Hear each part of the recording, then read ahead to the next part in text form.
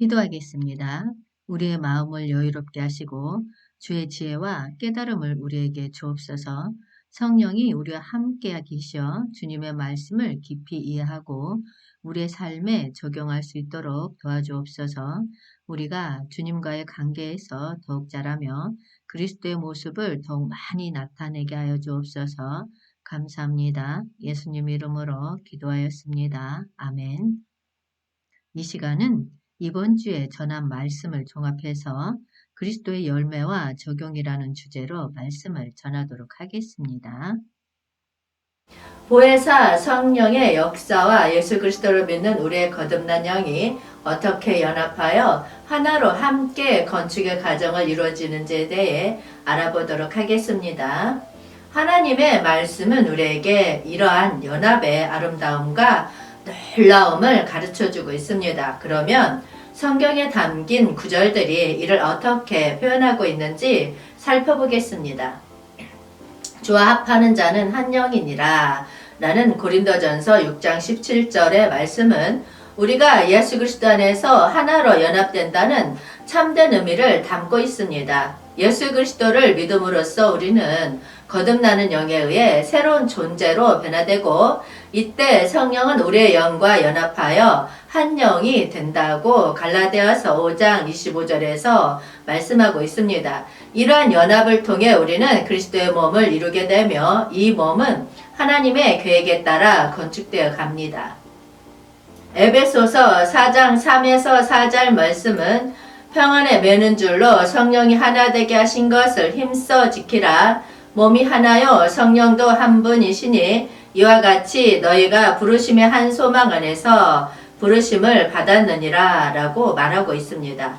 이것은 성령으로 충만함으로써 우리가 평안과 함께 하나로 연합되어 하나님의 계획을 이룰 수 있는 놀라운 은혜를 의미합니다. 그러므로 오늘은 보혜사 성령의 역사를 통해 예수 그리스도를 믿는 우리의 각자의 거듭난 영이 어떻게 연합되어 그리스도의 몸을 건축하는지를 깊이 생각해보고 이를 통해 우리 각자가 하나님의 계획에 참여하고자 하는 마음을 함께 나눠보도록 하겠습니다. 이 말은 창기와 합하는 자가 그리스도 안에서의 연합과 비교되어 나타나는데 여기서 주목할 점은 후자, 그리스도와의 연합에 더 강조가 되어 있다는 것입니다. 바울은 성경을 통해 말하고 있습니다.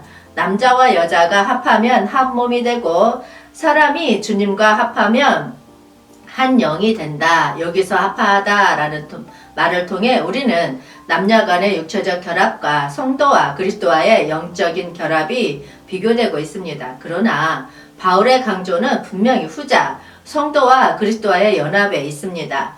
창세기 2장 24절을 통해서 바울은 계속해서 논할 수 있습니다.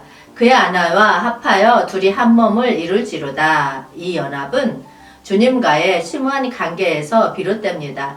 주님은 성령 안에서의 삶을 통해 우리에게 하나님 중심적인 존재로 되게 하는 수단을 제공하십니다. 우리는 그리스도 안에서의 존재가 남자와 여자의 육체적 결합과 동일한 특성을 지닌 신체적 연합임을 인식해야 합니다. 이 연합은 단순히 현대적 의미의 영적인 것이 아닙니다. 그것은 먼저 그의 주도권을 통해 가능하며 그의 권위에 복종함으로써 이루어집니다.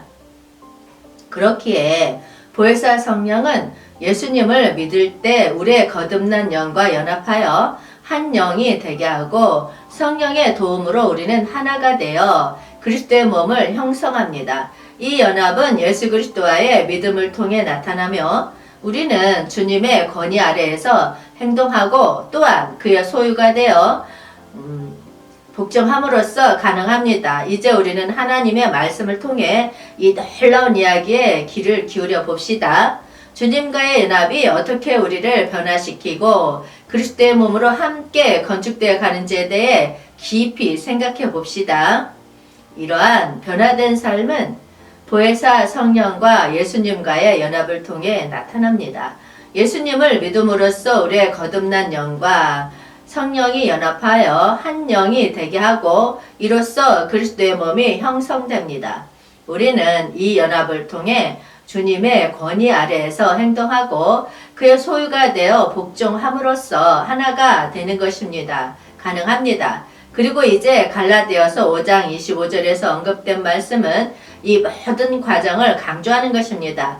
우리가 성령의 변화를 받아들이고 성령의 도움으로 행함으로써 예수 그리스도와의 믿음을 통한 연합 속에서 하나님의 권능 아래에서 변화되고 성장할 수 있음을 알려주는 말씀입니다. 이제 우리는 하나님의 말씀을 통해 이 놀라운 이야기에 귀를 기울여 예수님과의 연합이 어떻게 우리를 변화시키고 그리스도의 몸으로 함께 건축되어 가는지에 대해 깊이 생각해 볼 수 있습니다.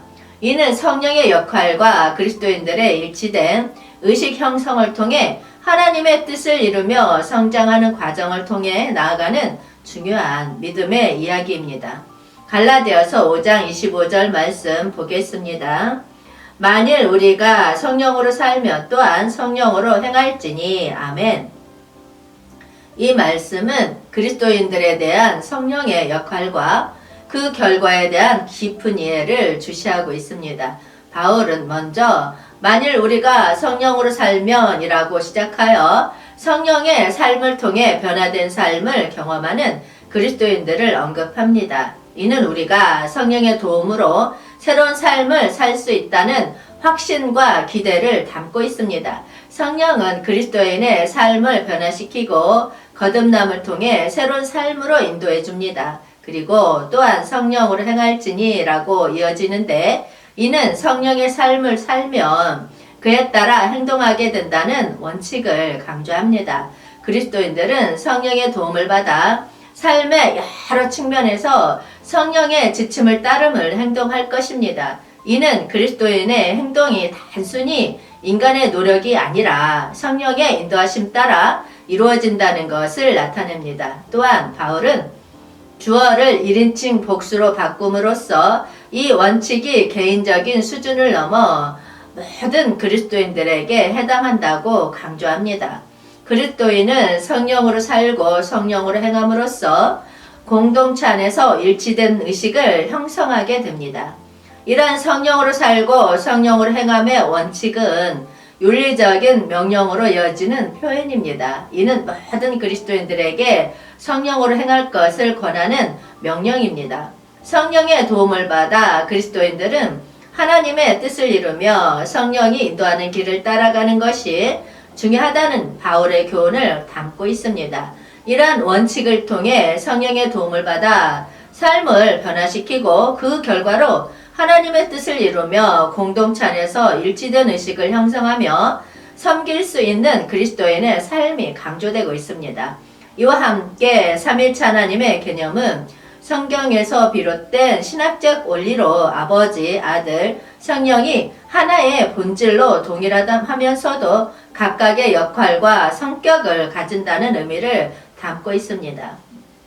성령은 이 삼위일체 하나님의 중요한 측면으로 그리스도인들에게 성령의 도움을 통해 하나님의 뜻을 이루며 성장하는 과정에서 얼마나 핵심적인 역할을 하는지를 나타내고 있습니다. 따라서 성령의 도움을 받아 성장하고 삶을 변화시키면 하나님의 뜻을 이루는 것은 그리스도인으로서의 믿음과 삶의 핵심적인 목표이며 삼위일체 하나님의 개념과 성령의 역할은 이러한 신앙적 원칙을 깊이 이해하고 체험하는 데에 큰 도움을 줍니다.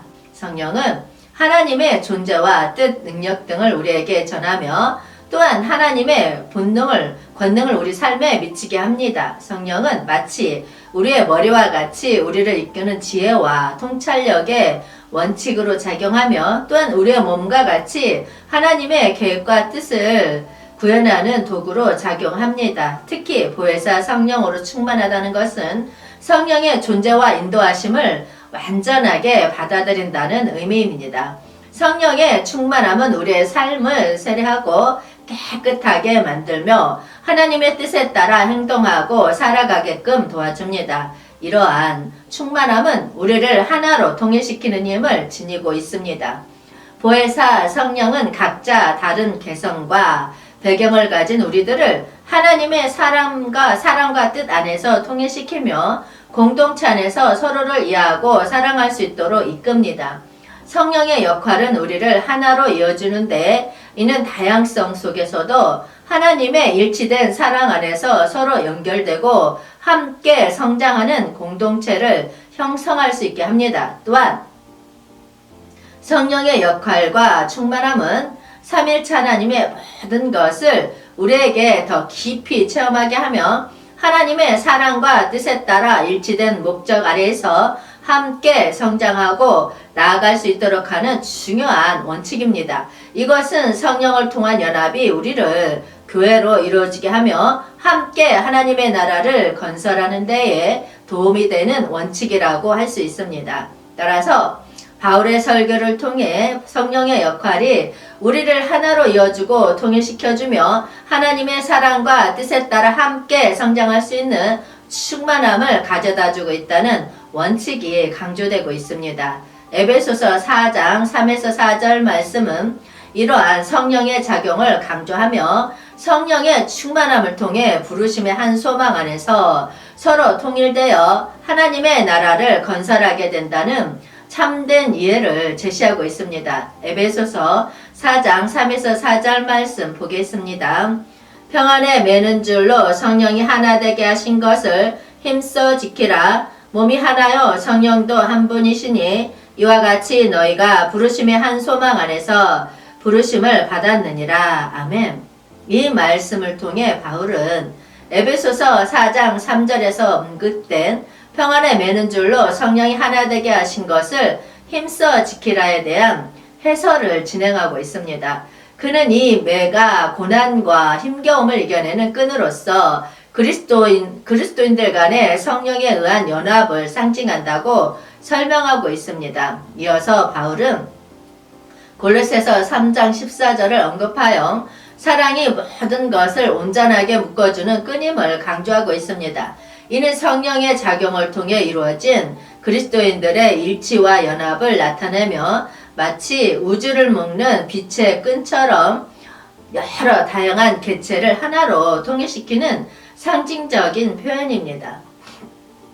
바울은 또한 평안에 매는 줄이 그리스도인들 간에 영에 하나 되게 하신 것을 부가되는 수단으로 이어져야 한다고 강조합니다. 이는 그리스도에 결합하게 하는 끈으로 평화의 끈으로 영의 일치를 보존하라는 말이라고 설명하고 있습니다. 이에 더해 바울은 4장 4절에서 몸이 하나요 성령이 하나이니 너희가 부르심의 한 소망 아래에서 부르심을 받았느니라 라는 구절을 통해 성령의 일치에 대한 설명을 이어가고 있습니다. 이는 성령으로서 그리스도의 몸인 교회의 일치를 강조하며 몸과 영의 결합을 통해 교회의 일치와 전체성을 나타냅니다. 이러한 맥락 속에서 한 소망 안에서 부르심을 받은 것이 부름받은 사실 자체가 강조된다고 바울은 설명하며 이는 공동체의 일치를 나타내는 것이라고 강조합니다. 마치 밖을 향한 한 몸, 안을 향한 한 영,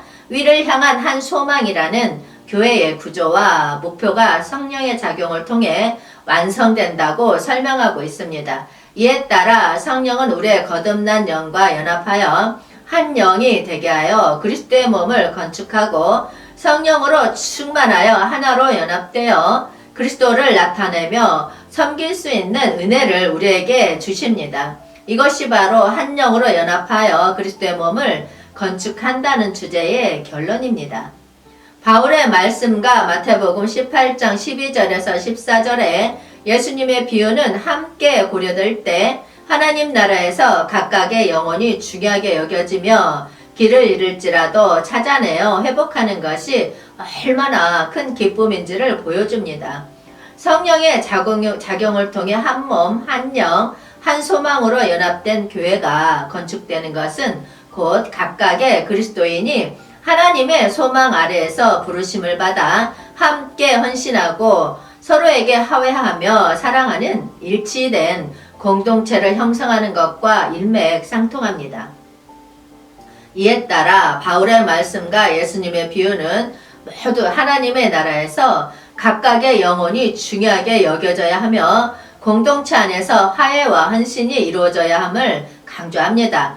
하나님의 나라는 길을 잃은 영혼 하나하나를 찾아내어 회복하는 것을 크게 기뻐하며 이러한 행동을 통해 교회가 한 몸으로 건축되고 나아가는 모습을 보여줍니다.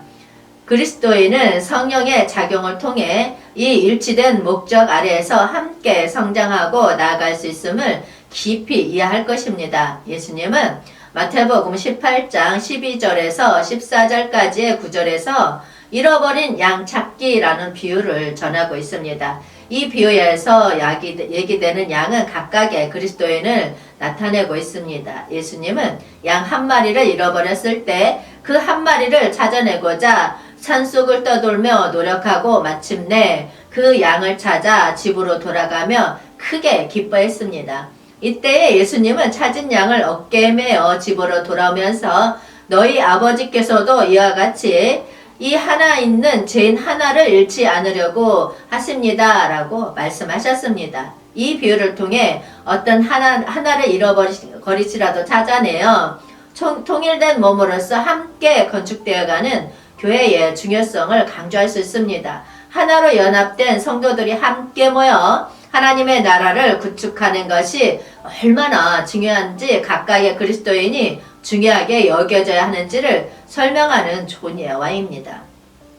그러므로 바울의 이 말씀과 예수님의 비유를 통해 우리는 하나님의 나라에서 각각의 영혼이 중요하게 여겨지며 하나님의 나라는 길을 잃은 영혼 하나하나를 찾아내어 회복하는 것을 크게 기뻐하고 중요시하는 공동체임을 알 수 있습니다. 이는 성령의 작용을 통해 함께 연합된 교회의 중요성을 강조하며 각 그리스도인이 부르심의 소망 아래서 헌신하고 화해하며 사랑하는 일치된 공동체를 형성해 나가야 함을 알려줍니다. 그리고 마침내 우리는 이 일치된 목적 아래에서 성장하고 나아가며 하나님의 나라를 건설하는 큰 기쁨을 누릴 것입니다. 이제 우리는 성령의 인도하심을 받아 예수님의 흔적을 따라 하나님의 나라를 건축하는 데에 힘쓰며 함께 거듭나고 함께 성장하는 공동체로 나아가는 길에 함께 힘써 나아갑시다. 우리는 매일의 삶에서 여러 가지 선택을 하며 살아가고 있습니다. 그리고 이 선택들이 우리의 삶을 어떻게 형성하고 어떤 방향으로 나아가게 하는지는 굉장히 중요합니다. 우리는 보혜사 성령이 우리 곁에 계시면서 하나님의 인도하심을 받고 있습니다. 그분은 창조의 시작부터 현대에 이르기까지 항상 하나님의 계획을 이루시기 위해 우리 곁에 계셨습니다. 우리는 이 보혜사 성령과 함께하며 그분이 열방을 향한 하나님의 사랑의 계획에서 우리 각자에게 주신 부르심을 받아 창조적이고 새로운 길을 걸어갈 수 있습니다. 이제 우리는 함께 이 길을 걸어가면서 보혜사 성령과 소통하며 새로운 창조의 희망으로 가득한 삶을 살아가기만 준비를 해보고자 합니다. 이 길에서 우리는 예수 그리스도의 사랑과 은혜를 믿음으로 받아들이고 성령의 인도하심을 따라 우리의 삶을 새롭게 변화시킬 수 있을 것입니다. 이 양자의 관계는 우리가 보혜사 성령과 함께 걷는 길에서 더욱 깊어져 갑니다. 우리는 성령의 인도하심을 통해 하나님의 자녀로서 특별한 부르심을 이해하고 이 부르심을 실천하며 하나님의 나라를 세우는 일에 참여할 수 있습니다.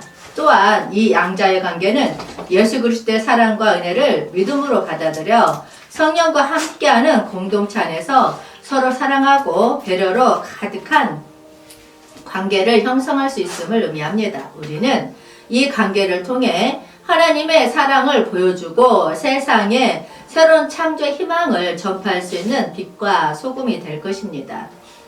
그러므로 우리는 함께 이 길을 걸어가면서 보혜사 성령과 소통하며 예수 그리스도의 사랑을 나누고 성령의 인도하심을 받아 새로운 창조의 길을 걸어가기 위한 준비를 강화하고자 합니다.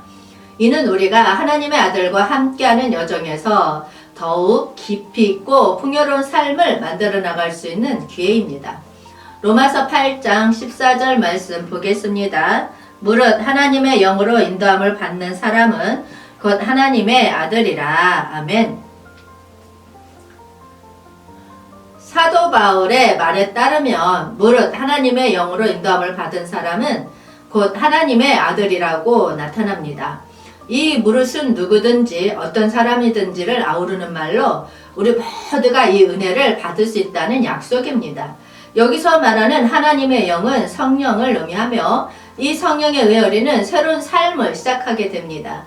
우리가 그리스도 안에서 믿음으로 세례를 받을 때 우리는 하나님을 아버지로 부르게 되고 이는 양자의 관계를 맺게 됩니다. 이 양자의 관계는 단순히 성별에 의한 것이 아니라 하나님 나라의 상속자로서 예수 그리스도와 함께하게 된다는 근본적인 의미를 담고 있습니다.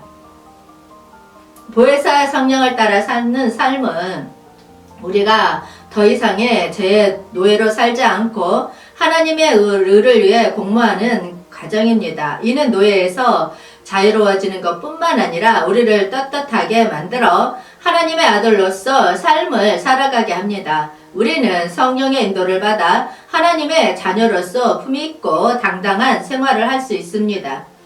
이러한 특권은 우리가 성령의 도움을 받아 하나님의 아들로서 향한 특별한 부르심을 이해하고 받아들일 수 있게 합니다. 이는 우리가 삶의 여정에서 언제나 제 노예가 아닌 하나님의 자녀로서 행복하고 은혜로운 길을 걸어갈 수 있다는 것을 의미합니다. 여러분, 보혜사 성령을 따라 사는 삶은 우리가 더 많은 힘과 은혜를 받아 하나님과의 교제를 깊이 있게 경험하며 새로운 창조의 희망으로 가득 찬 길을 걷는 것을 의미합니다. 그러므로 우리는 성령의 도움과 인도하심을 받아 하나님의 아들로서 특별한 부르심을 이해하고 받아들일 수 있습니다. 이는 우리가 삶의 여정에서 언제나 죄의 노예가 아닌 하나님의 자녀로서 행복하고 은혜로운 길을 걸어갈 수 있다는 것을 의미합니다. 여러분, 보혜사 성령을 따라 사는 삶은 우리가 더 많은 힘과 은혜를 받아 하나님과의 교제를 깊이 있게 경험하며 새로운 창조의 희망으로 가득 찬 길을 걷는 것을 의미합니다. 이는 우리가 그리스도인으로서 예수님의 가르침에 순종하고 성령의 인도를 받아 하나님의 나라를 세우는 일에 참여함으로써 신앙의 길을 당당히 걷는다는 것을 의미합니다. 따라서 우리는 성령의 인도에 순종하며 하나님의 아들로서 품위있고 당당한 생활을 할 수 있습니다. 갈라디아서 5장 25절 말씀 보겠습니다. 만일 우리가 성령으로 살면 또한 성령으로 행할지니. 아멘. 바울의 말씀에서 만일 우리가 성령으로 살면 또한 성령으로 행할지니 라는 명제는 주어가 1인칭 복수로 바뀌면서 그리스도 안에서 모든 그리스도인들에게 적용되는 일반적인 현상임을 알 수 있습니다. 우리는 성령으로 살아가는 사람들로서 그리스도 안에서 성령의 인도를 받아 새로운 창조의 자식으로 여겨지고 있습니다. 여기서 성령으로 행할지니는 우리에게 주어진 자유가 성령의 인도하심 따라 행동하는 데 쓰여야 한다는 권유입니다. 행하다는 원래 따르다는 의미하는데 성령의 이끄신 길을 따라가는 것을 의미합니다. 그리스도인은 성령의 인도하신 대로 행하는 삶을 살아가야 합니다. 보혜사 성령은 우리가 하나님의 아들로 여겨지도록 우리를 인도합니다. 이것은 단순히 규율을 따르는 것뿐만 아니라 성령의 도움과 인도하심을 받아 우리가 하나님의 뜻을 따라 행하는 믿음의 삶을 살아갈 수 있음을 의미합니다. 이는 우리가 하나님의 아들로서 특별한 부르심을 이해하고 받아들이며 성령의 인도를 받아 하나님의 자녀로서 품위 있고 당당한 삶을 살아가는 것입니다. 그러므로 성령으로 행하는 삶은 육체의 소망과 욕망에 묶이지 않고 대신에 성령의 인도대로 생각하고 행하는 길입니다. 이는 우리가 그리스도 안에서 새로운 창조의 자식으로 거듭나고 하나님의 아들로서 품위 있는 생활을 이룰 수 있는 고귀한 부르심임을 명심해야 합니다. 우리는 로마서 8장 5절에서 바울이 말한 것처럼 육신을 따르는 자는 육의 일을, 영을 따르는 자는 영의 일을 생각하느니라 라고 아멘 라고 말씀을 함께 고려해야 합니다. 성령으로 행하는 삶은 육체적인 욕망을 쫓는 것이 아니라 성령의 영향을 받아 영적인 삶을 살아가는 것입니다. 이러한 길에서 우리는 성령의 인도하심에 순종하여 성령의 열매들을 맺게 되고 새로운 창조의 희망으로 가득한 생활을 경험할 수 있습니다. 성령의 도움을 받아 하나님의 아들로서 특별한 부르심을 이해하고 받아들이며 일상의 모든 선택에서 성령의 지도를 바라보며 영적인 생활을 살아갈 수 있기를 소망합니다. 로마서 8장 5절 말씀 보겠습니다. 육신을 따르는 자는 육신의 일을, 영을 따르는 자는 영의 일을 생각하나니. 아멘. 바울은 육신을 따르는 자는 육의 일을, 영을 따르는 자는 영의 일을 생각하나니 라고 말씀하셨습니다. 이는 우리의 행동과 생각이 우리가 따르는 지향성에 따라 결정된다는 교훈을 전합니다. 육신을 따르는 자는 육체적 욕망에 사로잡혀 있는 상태로 육체의 소망을 따라가며 삶을 살아가는 사람을 가리킵니다. 반면에 영을 따르는 자는 성령의 인도를 받아 성령의 일을 생각하는 사람으로 제 영향에서 벗어나 새로운 삶을 살아가는 그리스도인을 의미합니다. 이제 우리는 참된 하나님의 아들들은 오직 영을 따라 살아간다는 진리를 명심해야 합니다. 우리의 삶은 성령에 따라 행함으로써 육체의 욕심을 억누르고 성령의 인도대로 생각하는 삶으로 변화될 수 있습니다. 이는 우리가 하나님의 아들로서 품위 있고 당당한 생활을 할 수 있는 특권이자 기회입니다. 그러므로 우리는 하나님과의 교제를 깊이 있게 경험하며 성령의 열매들이 풍성하게 결실되는 삶을 위해 매일 영의 지향점을 택하고 생각하며 걷도록 합시다. 이것이 참된 하나님의 아들들로서의 삶이며 성령의 인도를 받아 풍요로운 열매를 맺는 길입니다. 이제 우리는 참된 하나님의 아들들은 오직 영을 따라 살아간다는 진리를 명심해야 합니다. 우리의 삶은 성령을 따라 행함으로써 육체의 욕심을 억누르고 성령의 인도대로 생각하는 삶으로 변화될 수 있습니다. 이는 우리가 하나님의 아들로서 품위 있고 당당한 생활을 할 수 있는 특권이자 기회입니다. 그러므로 우리는 하나님과의 교제를 깊이 있게 경험하며 성령의 열매들이 풍성하게 결실되는 삶을 위해 매일 영의 지향점을 택하고 생각하며 걷도록 합시다. 이것이 참된 하나님의 아들들로서의 삶이며 성령의 인도를 받아 풍요로운 열매를 맺는 길입니다. 로마서 8장 13절 말씀 보겠습니다. 너희가 육신대로 살면 반드시 죽을 것이로되 영으로서 몸의 행실을 죽이면 살리니. 아멘. 바울의 말씀에서 만일 우리가 성령으로 살면 또한 성령으로 행할지니는 그리스도 안에서 모든 그리스도인들에게 해당하는 일반적인 현상임을 강조합니다. 우리는 성령으로 살아가는 존재로서 하나님의 아들들로서의 특권을 누리고 있습니다. 그리고 이런 생활을 살려면 성령으로 행할지니 라는 권고에 따라 성령의 인도를 따라가는 삶을 택해야 합니다. 로마서 8장 13절에서는 너희가 육신대로 살면 반드시 죽을 것이로되 영으로서 몸의 행실을 죽이며 살리니 라고 말씀하고 있습니다.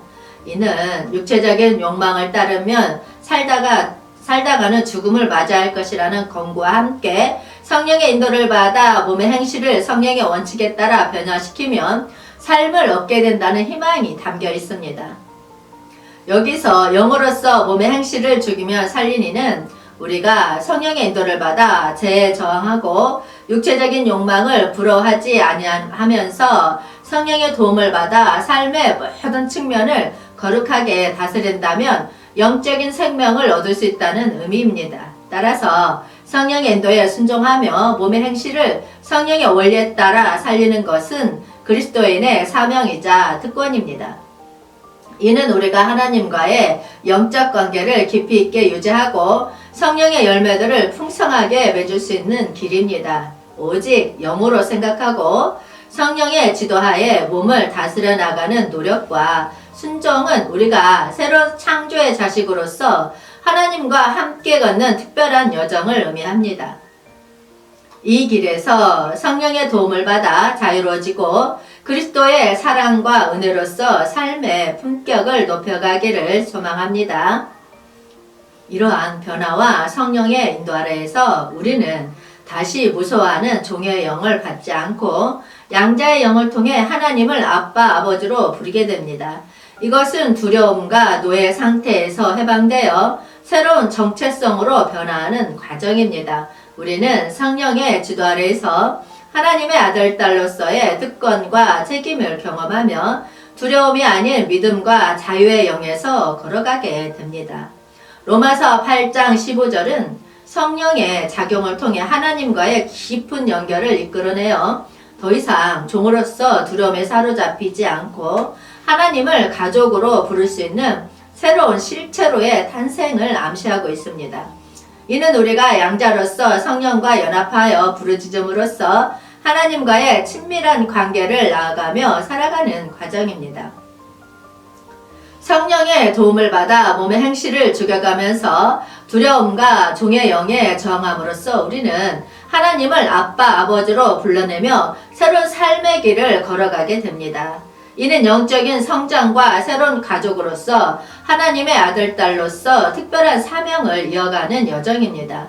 그리하여 우리는 성령의 열매를 맺으며 하나님의 영광을 반영하는 참된 그리스도인으로 성장해 나갈 것입니다. 이로써 우리의 삶이 하나님의 사랑과 은혜를 더욱 드러내며 성령의 인도대로 살아가는 참된 그리스도인의 모습이 되기를 소망합니다. 로마서 8장 15절 말씀 보겠습니다. 너희는 다시 무서워하는 종의 영을 받지 아니하고 양자의 영을 받았으므로 우리가 아빠 아버지라고 부르짖느니라. 아멘. 바울은 이 말씀에서 종의 영과 양자의 영을 대조시켜 우리가 그리스도 안에서 어떤 새로운 실체로 살아가야 하는지 알려주고 있습니다. 종의 영은 세속적인 두려움과 노예 근성을 조장하며 우리를 속박하는 영입니다. 이는 율법이나 세속의 제도에 얽매여 우리가 하나님과의 진정한 관계에서 멀어지게 만드는 영입니다. 그러나 우리는 이제 양자의 영 성령을 받았습니다. 성령은 우리에게 하나님의 아버지께 속한 자녀가 되려는 새로운 실체를 부여하고 두려움이 아닌 아빠 아버지로 하나님을 부르게 합니다. 이것은 예전의 종의 영에서 벗어나 자유롭게 다니며 하나님의 가족과 연합하는 영입니다. 하나님을 아버지로 불러내는 것은 그의 자녀로서 친밀한 영적 교감을 나타내며 이는 세례를 받을 때 성령의 강림과 함께 나타나는 증표입니다. 이는 개개인의 신앙적 열정과 감정이 얽혀있는 친밀한 경험이기도 합니다. 그리스도 안에서 산다는 것은 이 양자의 영과 연합하여 하나님을 아버지로 불러내며 종의 영에서 해방되어 새로운 가족의 일원이 된다는 것입니다. 이는 우리의 생각과 행동, 감정이 하나님의 아버지심을 인도되어지며 두려움과 종로로서에서 벗어나 자유로운 삶을 경험하는 것입니다. 그러므로 보혜사 성령을 따라 새 창조의 길을 걷는 삶은 오직 영적으로 생각하고 행함으로써 가능합니다.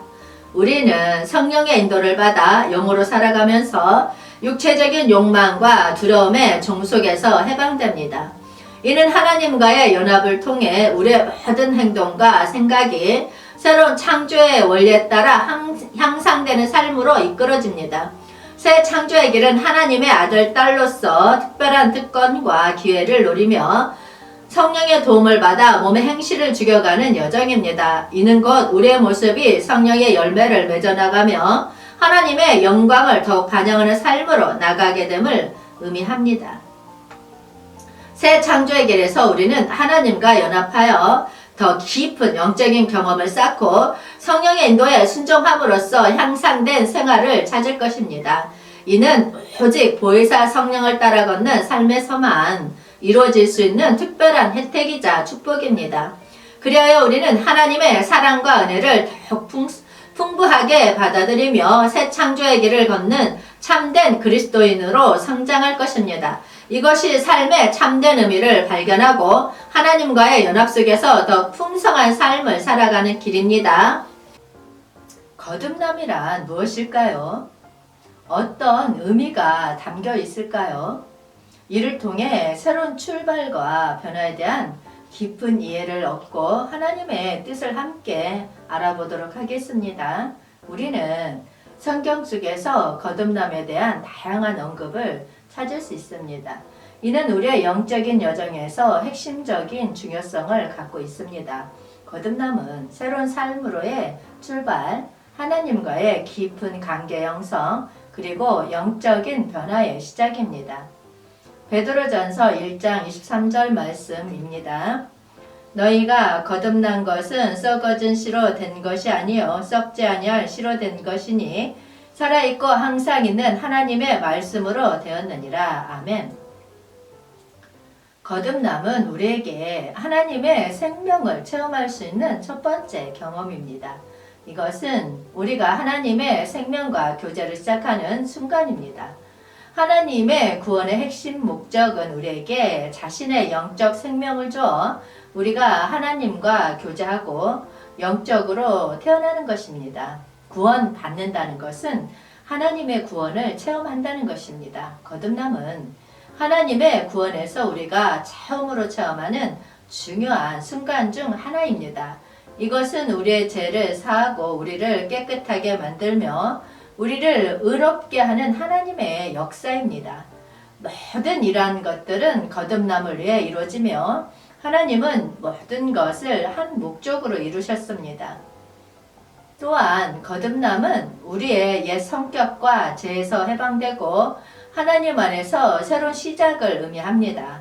이것은 우리가 새로운 삶을 시작하며 하나님과의 관계를 견고하는 것을 나타냅니다. 거듭남은 하나님의 구원의 핵심이자 우리가 하나님과의 영적 관계를 시작하는 출발점입니다.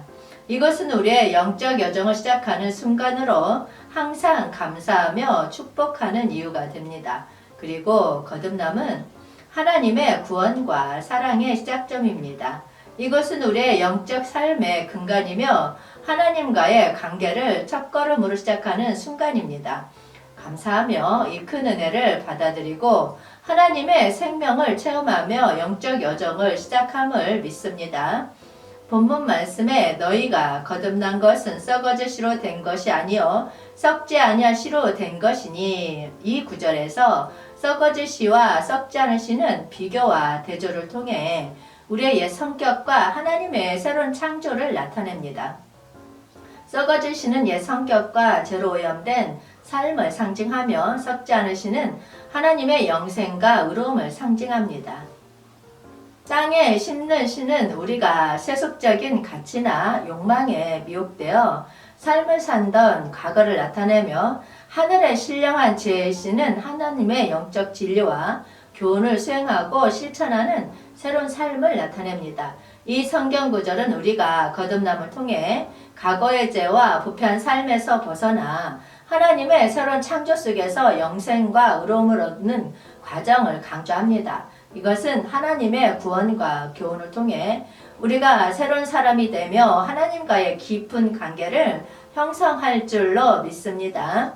너희가 거듭난 것은 썩어질 씨로 된 것이 아니요 썩지 아니할 씨로 된 것이니 라는 부분에서 현재 완료 수동 분사형은 과거에 시작된 행동이 현재에도 영향을 미치고 미래에도 계속될 것임을 나타냅니다. 이것은 우리의 거듭남은 지속적인 영적 변화와 새로운 존재로의 태어남을 의미합니다. 이러한 거듭남의 중요성과 본질을 요한복음 3장 3절에서 찾아보도록 하겠습니다. 예수님께서 대답하여 이르시되 진실로 진실로 내게 이르노니 사람이 거듭나지 아니하면 하나님의 나라를 볼 수 없느니라. 아멘. 예수님의 말씀에서 거듭남은 영생을 얻는 핵심적인 관문임을 알 수 있습니다. 우리가 하나님의 나라와 영생을 이해하고 경험하기 위해서는 거듭남이 필수적입니다. 예수님을 거듭남 없이는 하나님 나라를 볼 수 없다고 명백하게 말씀하십니다. 그러므로 거듭남은 새로운 시작을 의미합니다. 이것은 우리의 옛 성격과 죄로 어둠 속에 갇혀 있던 우리를 새로운 영적 생명으로 이끌어내며 하나님의 나라에 들어가는 시작입니다. 예수님은 우리에게 거듭남을 주시는 것은 하나님의 선물이며 우리가 이것을 선택하거나 노력할 필요가 없다고 설명합니다. 이것은 하나님의 은혜와 역사로 주어진 것입니다. 거듭남은 새로운 출생을 나타냅니다. 우리는 옛사람을 벗어버리고 새로운 사람으로 다시 태어납니다. 이것은 우리의 영적 죽음에서 생명으로의 이동을 의미합니다. 또한 예수님 말씀은 거듭남을 받은 것은 구원과 영생을 향해 나아가는 길 중에서 필수적임을 강조합니다. 우리의 죄로 어두움과 분리된 상태에서 거듭남을 통해 빛과 새로운 관계로 인도받습니다. 요한복음 3장 3절은 니고데모와 예수님 간의 대화를 담고 있습니다. 이 대화는 니고데모가 예수님을 만나고 성도로서 영생과 하나님의 나라에 대해 더 깊이 이해하고자 하는 욕망을 나타내며 시작합니다. 니고데모의 오해와 예수님의 강조를 통해 세례는 거듭남의 표식이며 이를 통해 영적으로 새롭게 태어남을 나타냅니다. 세례를 받음으로써 우리는 예수 그리스도와의 연합을 나타내고 성도들의 공동체에 가입합니다. 또한 고린도후서 5장 17절 말씀에 그런즉 누구든지 그리스도 안에 있으면 새로운 피조물이라 이전 것은 지나갔으니 보라 새 것이 되었도다. 아멘. 이 말씀으로 보면 우리들의 거듭남을 통해 새로운 피조물이 되는 과정을 나타내고 있습니다. 이것은 우리가 그리스도 안에 있을 때 우리의 옛 존재가 과거로 지나갔다는 것을 의미합니다. 이것은 죄와 죽음에서 새로운 영적 생명으로의 변화를 의미하며 하나님의 생명이 우리에게 부어집니다. 다른 말씀으로 고린도전서 3장 16절 말씀 보겠습니다. 너희는 너희가 하나님의 성전인 것과 하나님의 성령이 너희 안에 계신 것을 알지 못하느냐. 아멘. 이는 우리가 하나님의 성전이며 하나님의 영이 우리 안에 계시다고 말하고 있습니다. 이것은 우리가 거듭남을 통해 하나님의 말씀과 신령한 존재를 우리에게 공급받는 것을 말합니다. 우리는 하나님의 거룩한 말씀을 우리 마음에 심어지게 하고 이로써 영적으로 자라나는 과정을 겪게 됩니다. 그리고 베드로전서 2장 2절 말씀에 갓난아기들 같이 순전하고 신령한 젖을 사모하라. 이는 그로 말미암아 너희로 구원에 이르게 자라게 하려 함이라. 아멘. 이는 우리가 거듭난 후에 새로 태어난 아기들처럼 순전한 젖을 사모하라고 말하고 있습니다. 이것은 우리가 믿음을 통해 영적으로 성장하고 변화하는 과정을 나타냅니다. 이 생명은 성경의 말씀과 기도를 통해 자라고 발전하며 우리가 하나님과 교제하면서 성장하는 것을 의미합니다. 따라서 거듭남의 본질은 하나님의 생명을 얻는 과정으로 우리의 옛 존재에서 새로운 존재로 변화하고 하나님의 말씀과 성령의 인도 아래에서 성장하며 하나님과의 관계를 더 깊이 이해하는 것입니다. 예전에 제가 전원마을에 살았을 때에 작은 정원을 가꾸며 꽃을 사랑으로 키웠던 기억이 떠오릅니다. 한번 그 작은 정원에 꽃씨를 심어보자 나머지 한 구석에는 방치하고 지켜보자고 결심했습니다. 그러나 방치한 씨앗은 썩고 말라가기 시작했습니다. 반면에 세심하게 돌보고 사랑으로 관리한 꽃들은 피어나 정원을 아름답게 가득 채웠습니다. 이 작은 경험을 통해 떠올린 것처럼 우리의 삶도 마찬가지입니다. 거듭남을 통해 우리는 하나님의 사랑으로 심어진 작은 씨앗이라고 할 수 있습니다. 만약 우리가 이 씨앗을 방치하면 우리의 옛 성격은 썩고 말라가게 되지만 거듭남을 통해 하나님의 사랑으로 세심하게 돌보면 새로운 삶의 꽃이 피어날 것입니다. 작은 싹이 돋아나면서 우리의 변화가 시작됩니다. 거듭남을 통해 옛 성격에서 벗어나 새로운 생명을 얻는 과정은 마치 작은 씨앗이 흙 속에서 싹을 띄우는 것과 비슷합니다. 우리는 하나님의 사랑과 관리 속에서 영적으로 성장하며 아름다운 꽃으로 피어나게 될 것입니다. 시간이 지날수록 꽃은 더욱 아름답게 커져갑니다. 거듭남을 통해 우리도 하나님과의 깊은 관계에서 자라며 아름다운 영적 생명을 피워낼 것입니다. 마치 꽃이 자라는 것처럼 우리의 영적인 삶도 하나님의 사랑과 거듭남을 통해 더욱 풍성해질 것입니다.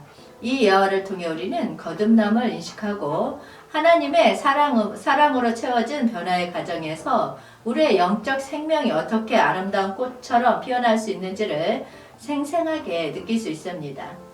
오늘 말씀에서 우리는 거듭남의 중요성과 변화, 거듭남을 인식하라 라는 주제를 통해 거듭남이 무엇이며 어떤 의미를 가지는지를 살펴보았습니다. 성경의 말씀을 통해 거듭남은 우리에게 하나님의 생명을 주고 옛 성격에서 벗어나 새로운 삶의 출발이라는 중요한 의미를 가지고 있다는 것을 확인했습니다.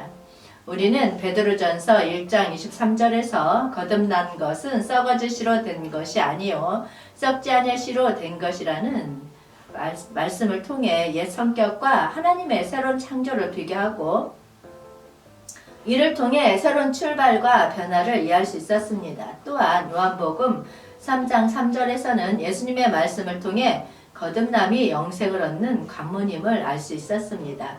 고린도후서 5장 17절에서는 그런즉 누구든지 그리스도 안에 있으면 새로운 피조물이라 이전 것은 지나갔으나 보라 새 것이 되었도다 라는 성경 구절을 통해 우리의 거듭남이 과거의 죄와 부패한 삶에서 벗어나 하나님의 새로운 창조 속에서 영생과 의로움을 얻는 과정임을 알 수 있습니다. 이러한 성경적인 원리를 통해 거듭남은 우리에게 새로운 출생과 하나님과의 깊은 관계 형성, 영적인 변화의 시작이라는 큰 은혜임을 깨달았습니다.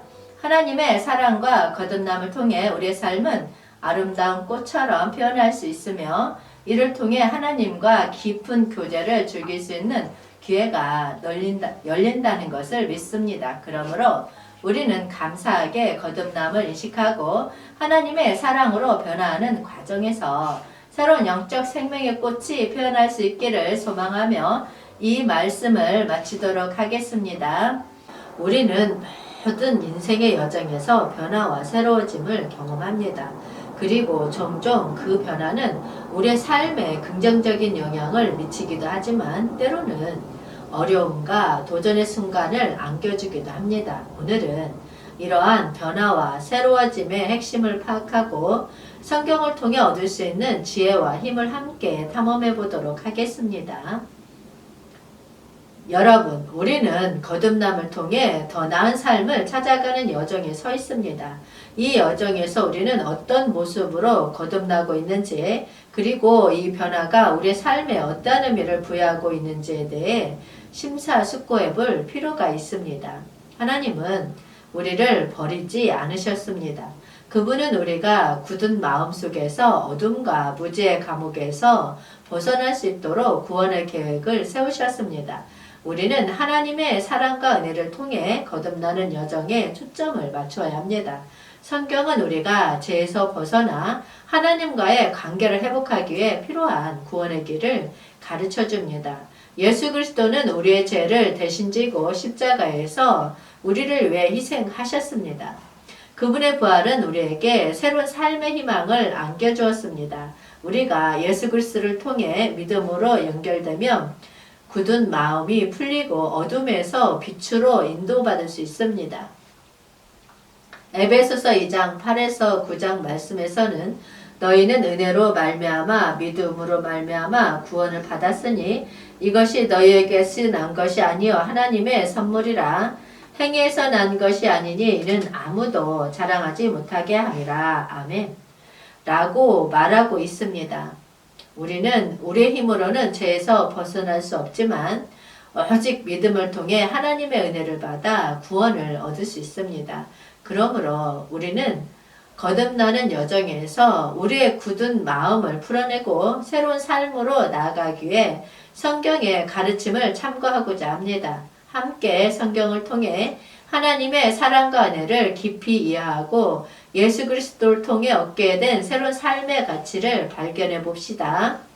이는 우리가 거듭남으로써 얻는 최고의 선물 중 하나입니다. 거듭나기 전에 우리는 모든 사람이 범죄한 죄악으로부터 자유로워지지 못한 어둡고 가련한 상태에 처해 있습니다.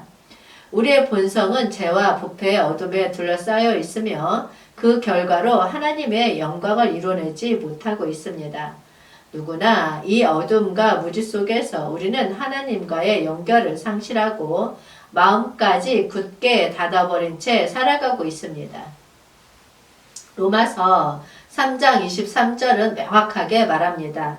모든 사람이 죄를 범하였음에 하나님의 영광에 이르지 못하더니 아멘. 이것은 우리가 죄로 부패한 존재로서 구원과 거듭남의 필요성을 인지할 수 있도록 하는 시작점입니다. 우리는 죄악이 어둡게 물들어 하나님의 영광을 찾을 수 없는 존재로 낙인 찍혀 있으며 그러므로 구원과 하나님의 은혜가 필수적으로 필요합니다. 에베소서 4장 18절 말씀은 우리 상태를 더욱 명확히 해줍니다.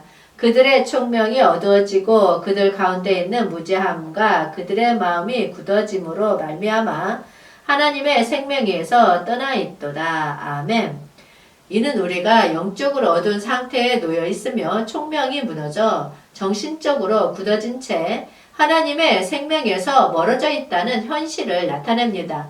이 모든 상태는 우리가 구원과 거듭남을 통해서만 극복할 수 있는 것이며 우리 자신의 노력으로는 불가능합니다. 우리가 거듭남을 통해 새로운 삶을 찾기 위해서는 우리의 어두운 상태와 굳은 마음을 깨닫고 오직 하나님의 은혜와 사랑에 의지하여 변화의 여정에 나아가야 합니다. 이것이 우리가 하나님의 손을 통해 새로운 창조체가 되어가는 과정이며 이러한 인식을 통해 우리는 겸손함과 의지로 하나님의 새로운 역사에 참여할 수 있습니다. 호세아서 4장 6절 말씀에서 여호와께서 그들이 지식을 버리고 진리를 떠나며 도덕적 타락과 종교적 어두움에 빠져들어가는 상황을 비판하고 있습니다. 이는 백성이 하나님의 도를 떠나며 종교적 타락으로 물리적, 정신적, 영적 문제에 처해 있다는 것을 의미합니다. 이들은 교리적 무지함과 행동의 무지함에 빠져 하나님과의 올바른 길을 상실하는 결과를 초래하고 있습니다. 거듭나기 전에 우리 상태는 에베소서 2장 1절 말씀에서 명확히 밝혀져 있습니다. 이 성경 구절은 우리가 허물과 죄에 의해 영적으로 죽은 상태에 있었다는 현실을 언급합니다. 그는 허물과 죄로 죽었던 우리를 살리셨도다. 아멘. 라는 말씀은 예수 그리스도의 희생으로 인해 우리가 죄에서 벗어나 다시 삶을 얻을 수 있게 되었다는 구원의 의미를 담고 있습니다. 이 두 성경 구절을 통해 우리는 영적으로 어두운 상태에 놓여 있었고 허물과 죄에 속박되어 하나님과의 관계에서 멀어져 있다는 현실을 알 수 있습니다. 이는 우리가 거듭남을 통해 새로운 삶을 찾아가야 한다는 강력한 깨달음을 제시합니다. 우리는 영적으로 소멸된 생명에서 벗어나 예수 그리스도의 희생으로 인한 구원을 통해서 다시 살아날 수 있음을 알고 그 은혜를 받아들임으로써 하나님과의 화해와 올바른 관계를 회복할 수 있습니다. 그러나 이 말씀에서는 우리에게 기쁜 소식을 전하고 있습니다. 그리스도는 우리를 죽은 상태에서 다시 살리셨습니다. 이것은 우리에게 신비한 영적 생명과 하나님과의 화해를 선사하는 것입니다. 예수 그리스도의 십자가에서 우리의 죄가 사함되었고 그의 부활로 우리는 새로운 영적 생명을 얻었습니다. 이 말씀은 거듭남을 통해 우리가 하나님의 큰 은혜와 사랑을 경험하게 된다는 것을 강조하고 있습니다. 우리의 영적 죽은 상태에서 우리를 구원하고 다시 살려내심으로써 하나님의 은혜와 사랑이 명백히 드러납니다. 이는 우리가 자신의 아들 예수 그리스도를 통해 새로운 삶을 찾을 수 있음을 의미하며 이는 우리의 죄와 어둠에서 벗어나 새로운 희망을 얻게 됨을 나타냅니다. 또한 거듭나기 전에 우리는 로마서 6장 23절에서 죄의 삭은 사망이요 하나님의 은사는 그리스도 예수 우리 주 안에 있는 영생이니라 라는 성경 구절을 통해 생명에서 떠나 있었다는 사실을 알 수 있습니다. 이 말씀은 죄로 인해 우리가 사망의 대가를 치러야 하는 상황임을 강조하면서 그러나 하나님의 은혜로서 그리스도 예수를 통해 영생의 선물을 받을 수 있다는 소식을 전합니다. 이것은 우리가 자연적인 본성에서 벗어나 하나님과의 실질적인 관계를 찾아가는 여정에서 얻는 은혜와 희망을 나타냅니다. 총체적으로 우리는 거듭나기 전에는 본성이 부패하여 하나님에 대해 무지하고 마음이 어둡고 굳어져 있으며 우리 안에 영은 있지만 실제로는 죽은 상태에 있었습니다. 그러나 예수 그리스도를 통해 우리는 새로운 삶을 얻음으로써 우리는 어둠과 죄에서 벗어나 생명의 은혜로서 새로운 창조체로 거듭나게 됩니다. 이러했던 우리가 거듭나게 되면 어떻게 변화될까요? 거듭난 후에 우리는 기쁜 소식을 전하며 그리스도 안에서의 새로운 영적 현실의 시작을 나타냅니다. 이는 우리가 부의 희생과 완전히 변화되어 죄와 사망의 속박에서 해방되며 하나님과의 확고한 관계를 시작하는 순간입니다. 거듭남은 우리에게 하나님의 은혜와 영생을 경험할 수 있는 새로운 시점을 제공합니다. 거듭난 후에 우리의 마음과 생각, 행동, 그리고 영적 관점이 변화합니다. 이전의 어두운 상태에서 벗어나 하나님의 빛과 진리에 둘러싸여 새로운 삶을 시작합니다. 그리스도 안에서 우리는 의롭게 되고 옛 성격과 죄에서 해방되며 거듭난 후에 우리는 영생의 희망을 품으며 하나님의 자녀로서 전적으로 새로운 인생을 살아갈 수 있습니다. 거듭난 후 우리는 하나님의 성령을 받아 하나님과 교제하며 성장하는 과정에 참여합니다. 우리의 영적 삶은 성장하고 하나님의 뜻을 따라 더 많은 영적 깨달음을 얻게 됩니다. 이것은 우리가 하나님의 나라와 그리스도의 목적을 이해하고 하나님의 영광을 나타내는 일에 기여하게 됨을 나타냅니다. 로마서 7장 24절에서는 우리가 부패를 자각하는 순간 오호라 나는 공고한 사람이로다. 이 사망의 몸에서 누가 나를 건져내랴. 이 말씀은 우리가 죄와 사망에 속박되어 있음을 깨달았을 때에 놀라움과 깨달음을 나타내고 자신의 부족함과 무능함을 비하하며 스스로는 벗어날 수 없는 상태에 있는 절망적인 순간을 나타냅니다. 이를 통해 우리는 거듭남을 통해 완전히 변화하고 새로운 삶을 찾을 수 있는 은혜와 필요성을 더욱 깊이 이해하게 됩니다. 이것은 우리가 스스로는 죄와 사망에서 벗어날 수 없음을 깨닫게 되며 하나님의 구원의 필요성을 강조합니다. 또한 거듭난 후 우리는 마음의 회개와 부드러워짐을 경험합니다. 이사야 57장 15절에서는 하나님의 거룩하고 영원한 본성을 강조하면서 마음이 겸손하고 통회하는 자와 함께 하나님께서 계시며 그들의 영과 마음을 소생시킨다고 말합니다. 이것은 마음의 회개와 영적으로 부드러워지는 과정이 하나님과의 교류와 공동체에서의 중요한 역할을 하는 것을 나타냅니다. 또한 거듭난 후 우리의 영이 소생됩니다. 요한복음 3장 6절 말씀에서는 육으로 난 것은 육이요 영으로 난 것은 영이니 라고 말씀하며 육체적인 탄생과 영적인 새로운 출생을 구별합니다. 예수 그리스도를 믿음으로써 우리는 영적으로 새로운 생명을 얻게 되고 이것은 우리의 영이 다시 살아나는 것을 나타냅니다. 예수님은 양으로 생명을 얻게 하려고 오셨습니다. 이와 관련하여 예수님이 도둑과 비교됩니다. 도둑은 악의적인 목적을 가지고 죽음과 멸망을 가져오려고 하는 반면 예수님은 그의 추종자들에게 영적인 생명과 풍성함을 제공하려고 하십니다. 이를 통해 우리는 예수 그리스도가 우리를 돌보고 영적 생명을 통해 풍성한 삶을 제공하려고 오신 것을 알 수 있습니다. 거듭난 후 우리는 부패와 죄로 가득한 존재임을 자각하고 구원은 하나님의 은혜와 예수 그리스도의 희생에 의해 이루어진다는 사실을 깨닫습니다. 또한 영적으로 성장함에 따라 하나님의 성품을 나타내며 마음의 회개와 겸손한 마음을 가집니다. 하나님께서는 우리에게 생명을 풍성하게 주시려 하십니다. 이것은 우리가 그리스도를 통해 하나님의 생명을 얻을 수 있다는 것을 의미하며 이는 우리가 그리스도 안에서 새로운 인생으로 태어나야 한다는 것을 나타냅니다. 이것은 우리에게 영적인 생명을 주시고 죽음과 파멸을 피하며 하나님과 함께 풍성한 삶을 살 수 있도록 하려는 하나님의 소망과 목적을 나타냅니다. 거듭남은 우리에게 새로운 시작과 영적 변화의 문을 열어줍니다. 이것은 우리의 부패와 죄로 더럽혀진 과거를 뒤로하고 하나님과의 새로운 관계를 시작하는 기회입니다. 거듭남은 과거의 실수와 허물로부터 벗어나 하나님의 은혜와 사랑을 받는 과정입니다. 이것은 새로운 생명의 시작이며 우리를 새로운 인간으로 태어나게 합니다. 영으로 새롭게 태어난다는 것은 영의 소생을 의미하며 우리의 죄와 부패로부터 해방될 수 있는 기회를 제공합니다. 이것은 마음의 회개와 부드러움을 통해서 이루어집니다.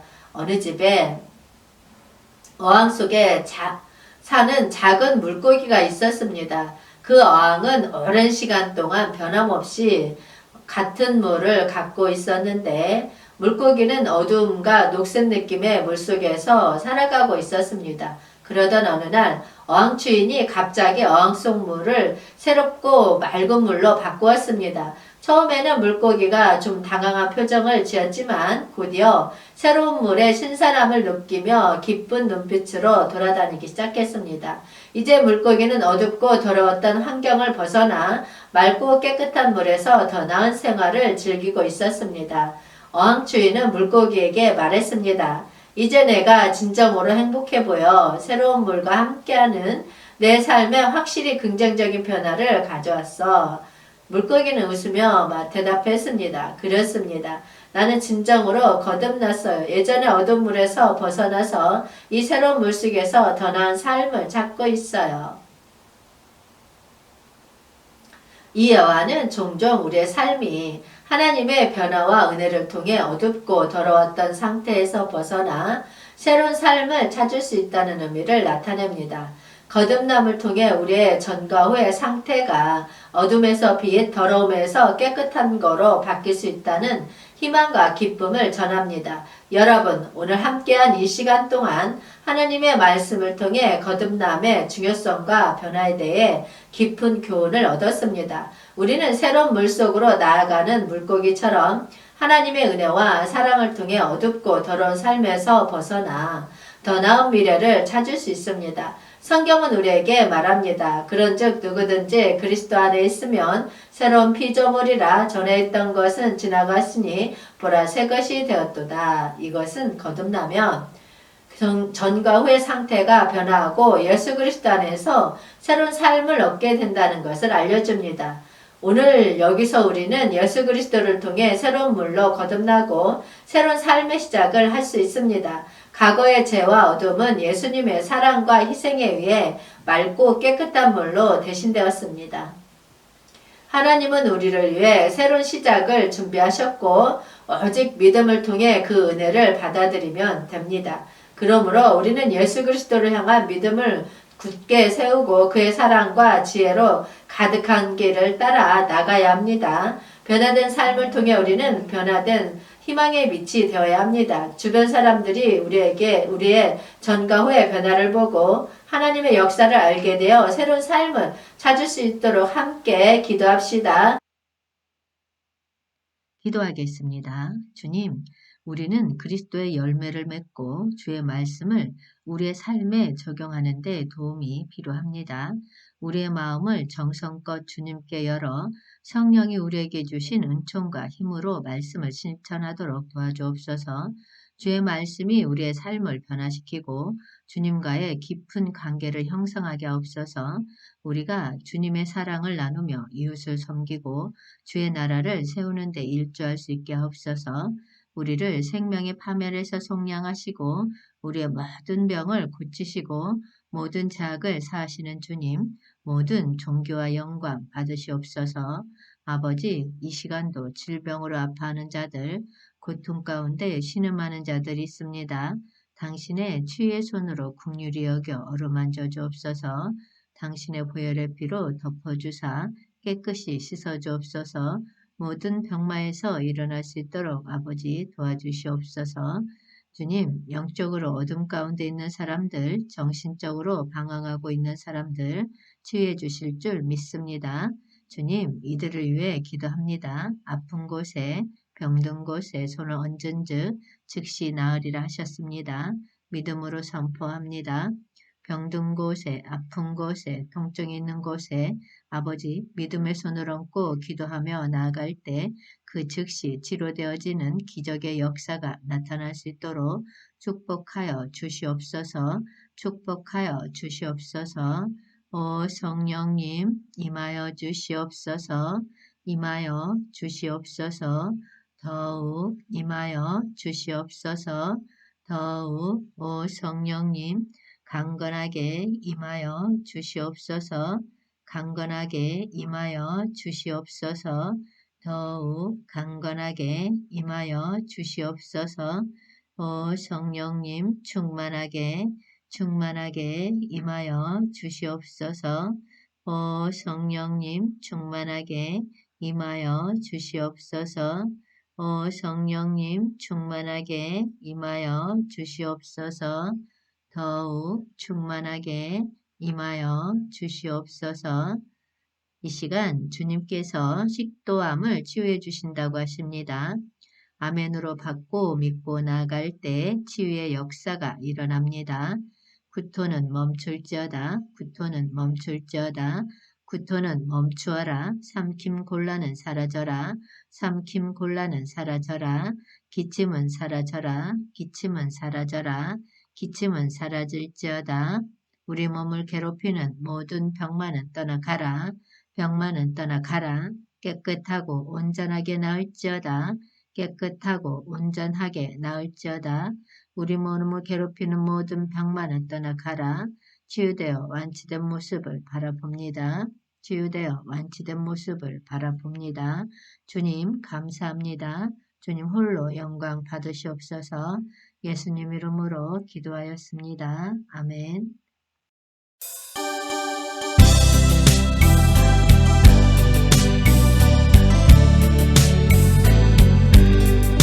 크신 하나님의 사랑 말로 다 형용 못하네. 저 높고 높은 별을 넘어 이 낮고 낮은 땅 위에 죄범한 영혼 구하려